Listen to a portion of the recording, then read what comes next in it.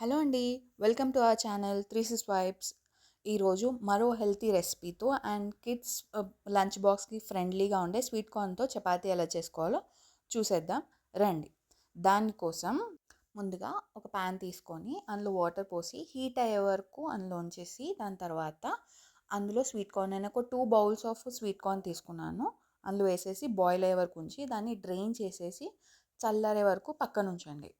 అది కూల్ అయిపోయే లోపల ఈలోపు మనం చపాతీ పిండి కలిపేసుకుందామండి. ఈ చపాతీ పిండిలో నేను కొంచెం సాల్ట్, కొంచెం ఆయిల్ వేసేసి మెత్తగా కలిపేసుకున్నాను. సాఫ్ట్గా ఉంటే మనకి తర్వాత ఈజీగా చేసుకోవడానికి చపాతీలు సాఫ్ట్గా వస్తాయండి. దీన్ని కొంచెం మూత పెట్టేసి కొంచెం రెస్ట్ అవ్వనివ్వండి. ఈలోపు మనం ఇంతకుముందు బాయిల్ చేసుకొని పెట్టుకున్నాం కదా స్వీట్ కార్న్, అందులో అది మిక్సీ జార్లో వేసుకొని అందులో ఒక పచ్చిమిరపకాయ మీకు స్పైసీనెస్కి తగ్గట్టుగా కారం వేసుకోండి. బికాస్ నేను పిల్లలకి చేస్తున్నాను, నేను అందుకే ఒకటే మిర్చి వేసుకున్నాను. మీకు కావాలంటే కొంచెం ఎక్కువ వేసుకోవచ్చు. నేను ఇందులో ఒక టేబుల్ స్పూన్ ఆరిగానో వేస్తున్నానండి. మనకి పిజ్జా సీజనింగ్ కూడా ప్యాకెట్ దొరుకుతాయి కదా, అదన్నా వేసేసుకోవచ్చు. దాంట్లో మీకు కావాలంటే స్కిప్ కూడా చేసేసుకోవచ్చు. అండ్ దాని తర్వాత నేను ఒక cup of cheese, shredded cheese వేసాను అండ్ పెప్పర్ వేసాను కొంచెం మీ స్పైసీనెస్కి తగ్గట్టు. అండ్ కొత్తిమీర వేసేసి దీన్ని నీట్గా మిక్స్ చేసేసుకోండి, మెత్తగా స్మాష్ అయిపోయేటట్టు. చూస్తున్నారు కదా, ఈ టెక్స్చర్ వస్తే సరిపోతుంది. ఇప్పుడు చపాతీ పిండి తీసుకొని నేను నార్మల్గా ఆలూ పరాటా ఎలా చేస్తారో అలా చేద్దామని ట్రై చేశాను.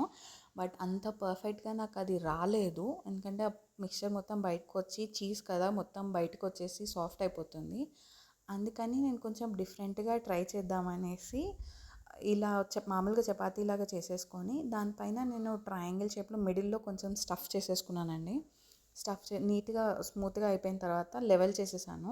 లెవెల్ చేసిన తర్వాత దాన్ని ట్రయాంగిల్ షేప్లో నేను కొంచెం ఫోల్డింగ్ చేసేసాను. చూస్తున్నారు కదా, ఇలా నేను ట్రయాంగిల్ షేప్ వచ్చేటట్టు ఫోల్డ్ చేసేసుకొని దీన్ని నీట్గా రోల్ చేసేసుకున్నాను. ఇది నాకు బాగుంది అనిపించింది. ఫస్ట్ నాకు ఆలూ పరాటా దానికంటే ఇది నీట్గా వచ్చింది. కొంచెం బయటికి కూడా ఏం రాలేదు, సాఫ్ట్గా వచ్చింది. అండ్ లావుగా కూడా ఏం రాలేదు, థిక్గా కూడా సన్నగా వచ్చింది. అండ్ స్టఫింగ్ మొత్తం ఈవెన్గా స్ప్రెడ్ అయింది చపాతీ మొత్తం. సో నాకు ఈ ట్రిక్ బాగా నచ్చింది. కావాలంటే మీరు కూడా ఇలానే ట్రై చేయొచ్చు. ఇంకేదైనా స్టఫ్ పెట్టుకొని కూడా, ఒకవేళ మీకు ఆలూ పరాటా లాగా అలా రౌండ్గా రావట్లేదు, బయటకు వచ్చేస్తుంది అంటే కనుక ఇలా ట్రై చేయండి. తప్పకుండా ఈజీగా చేసుకోవచ్చు కూడా. ఏం రాలేదు, చూస్తున్నారా, నీట్గా ఈజీగా ఫాస్ట్గా కూడా ఇలా చేసుకుంటే అయిపోతుంది. చూస్తున్నారుగా, 2 సైడ్స్ నేను కొంచెం బ్రౌన్ కలర్ వచ్చేటట్టు నెయ్యితో నేను కాల్చుకున్నాను. అన్నీ నేను ఇలానే చేశానండి, ట్రయాంగిల్ షేప్లో. నాకు ఈజీగా అయిపోయింది. చూస్తున్నారు కదా.